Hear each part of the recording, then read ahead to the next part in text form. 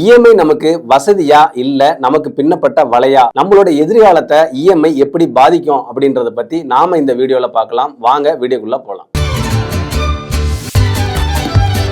யோகம் deal channel நேயர்கள் அனைவருக்கும் வணக்கம். நான் உங்கள் அன்புமணி. நாம இன்னைக்கு எதை பத்தி பார்க்க போறோம் அப்படின்னா, இந்தியாவில் இன்னைக்கு பல குடும்பங்களை அமைதியா பாதிச்சுக்கிட்டு இருக்கிற ஒரு விஷயத்தை பத்தி தான் நாம இன்னைக்கு டிஸ்கஸ் பண்ண போறோம். அது வறுமையும் இல்ல, அது வேலையும் இல்ல, அது இஎம்ஐ. இன்னைக்கு நம்மள பல பேரு ஒரு பொருளை வாங்கினா அந்த பொருளோட விலையை பார்க்கறது இல்ல, அந்த பொருளுக்கு எவ்வளவு இஎம்ஐ தராங்க அப்படின்றத நம்ம பார்க்கிறோம். ஒரு பொருளோட விலை 1 லட்சமா இருக்கும், மாசம் 3499 ரூபா தான் சார் அப்படின்னு சொன்ன உடனே நம்ம வாங்கிடுறோம். ஆனா அந்த தான் அப்படிங்கிற வார்த்தை தான் இன்னைக்கு பல குடும்பங்களோட நிதி சுதந்திரத்தை ரொம்பவே பாதிக்குது. இஎம்ஐ கெட்டதா? முதல்ல ஒரு விஷயத்த சொல்லணும், இஎம்ஐ கெட்டதில்லை. அது ஒரு கருவி, கத்தி மாதிரி. காய்கறி வெட்டவும் பயன்படுத்தலாம், காயப்படுத்தவும் பயன்படுத்தலாம். அதே மாதிரி இஎம்ஐயும் சரியா பயன்படுத்தணும்னா நமக்கு நல்ல பலன்களை தரும். தவறா பயன்படுத்தணும்னா அது நம்மளை சிக்க வச்சு. 20 வருஷத்துக்கு முன்னாடி ஒரு டிவி வாங்கணும்னா அதுக்கு நம்ம முதல்ல பணத்தை சேமிப்போம், அப்புறம் வாங்குவோம். இன்னைக்கு என்ன பண்றோம் அப்படின்னா, முதல்ல வாங்கிடுறோம், அப்புறம் தான் பணம் செலுத்துறோம். இந்த ஒரு மாற்றம் தான் மிகப்பெரிய மனநிலை மாற்றத்தை உருவாக்கி இருக்கு. முதல்ல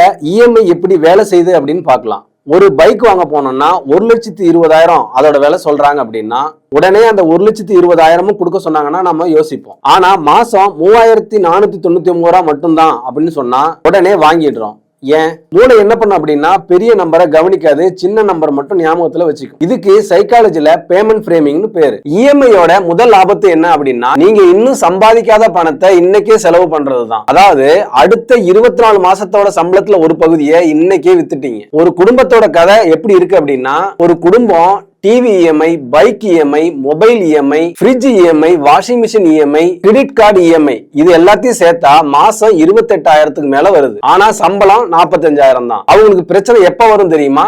ஒரு மாத சம்பளம் லேட் ஆயிடுச்சு அப்படின்னா, ஒரு உடல்நல பிரச்சனை வந்துருச்சு அப்படின்னா, திடீர்னு வேலை போயிடுச்சு அப்படின்னா ரொம்பவே கஷ்டமாயிடும். ஏன்னா அவங்க ஏற்கனவே அந்த பணத்தை செலவு பண்ணிட்டாங்க. இஎம்ஐ ஏன் அடிமையாக்குது? முதல்ல இஎம்ஐ எளிமையா இருக்கும், அப்புறம் இன்னொரு இஎம்ஐ வாங்குவோம், அதுக்கப்புறம் அடுத்த இஎம்ஐ. ஒரு கட்டத்துல இஎம்ஐ இல்லாம நாம எதையுமே வாங்க முடியாது அப்படின்ற மனநிலைக்கு வந்துருவோம். இது ரொம்பவே ஆபத்தான விஷயம். நல்ல இஎம்ஐ எது? எல்லா இஎம்ஐயும் கெட்டது இல்ல. சில இஎம்ஐ பாத்தீங்கன்னா உங்களுடைய வாழ்க்கையை முன்னேற்ற பாதைக்கு கொண்டு செல்லும். உதாரணத்துக்கு பாத்தீங்கன்னா கல்வி, தொழில், வருமானம் தரக்கூடிய பொருட்களை வாங்குறது, பிசினஸ் எக்ஸ்பென்ஸ், இவை எல்லாமே முதலீட்டு இஎம்ஐ. கெட்ட இஎம்ஐ எதுன்னு பாத்தீங்கன்னா, அடுத்தவங்களை இம்ப்ரெஸ் செய்யறதுக்காக வாங்கக்கூடிய இஎம்ஐ. ஸ்டேட்டஸ் இஎம்ஐ, அவசியம் இல்லாத லக்ஸுரி இஎம்ஐ, பிறரோட பார்வைக்காக வாங்கக்கூடிய இஎம்ஐ. இது எல்லாமே நமக்கு மிகப்பெரிய சுமையை ஏற்படுத்தும். இப்ப 50,000 கொடுத்து மொபைல் வாங்குறதுக்கும் 50,000 ரூபாய் கொடுத்து ஒரு ஸ்கில்ல கத்துக்கிறதுக்கும் உள்ள வித்தியாசம் என்னன்றதை நம்ம பார்ப்போம். ஒருத்தர் 50,000 மதிப்புள்ள மொபைலை வாங்குறாரு, இன்னொருத்தர் 50,000 மதிப்புள்ள ஒரு ஸ்கில்ல கத்துக்கிறாரு. 3 வருஷம் கழிச்சு மொபைலோட மதிப்பு குறைஞ்சு போயிடும், ஸ்கில்லோட மதிப்பு அதிகமாயிடும்.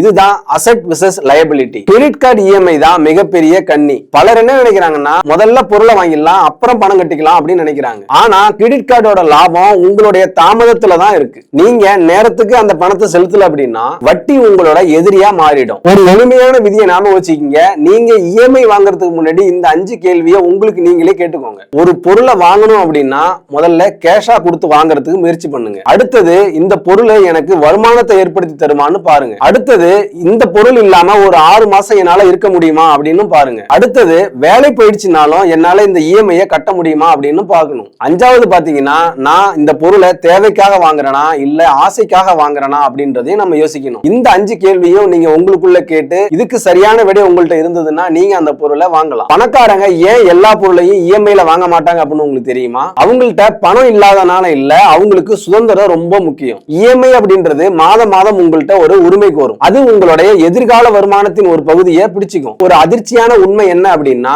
பலர் பணக்காரரா ஆகாததுக்கு காரணம் குறைவான வருமானம் இல்ல, அதிகமான மாதாந்திர பொறுப்புகள். EMI, subscription, credit card, loan, இது எல்லாம் சேர்ந்து நம்மளுடைய வளர்ச்சியை மெதுவாக்குது. நண்பர்களே, இஎம்ஐ அப்படின்றது நம்மளுடைய எதிரி இல்ல, ஆனா அது நண்பனும் இல்ல. அது ஒரு கருவி. அந்த கருவியை நம்ம எப்ப பயன்படுத்தணும், எப்ப தவிர்க்கணும் அப்படின்றத நாம தெரிஞ்சு வச்சுக்கணும். ஒரு பொருளை இஎம்ஐல வாங்குறதுக்கு முன்னாடி நீங்க ஒரு நிமிஷம் யோசிச்சு பாருங்க. ஒரு பொருள் வாங்குறீங்க அப்படின்னா உங்களுடைய வாழ்க்கையை முன்னேற்றுமா இல்ல உங்களுடைய அடுத்த 2 வருஷ சம்பளத்தை கட்டி போடுமா அப்படின்னு. இந்த ஒரு கேள்வி பல தவறான முடிவுகளை தடுக்கலாம். நன்றி. மீண்டும் ஒரு பயனுள்ள யோகம் டீல் வீடியோல சந்திப்போம். வணக்கம்.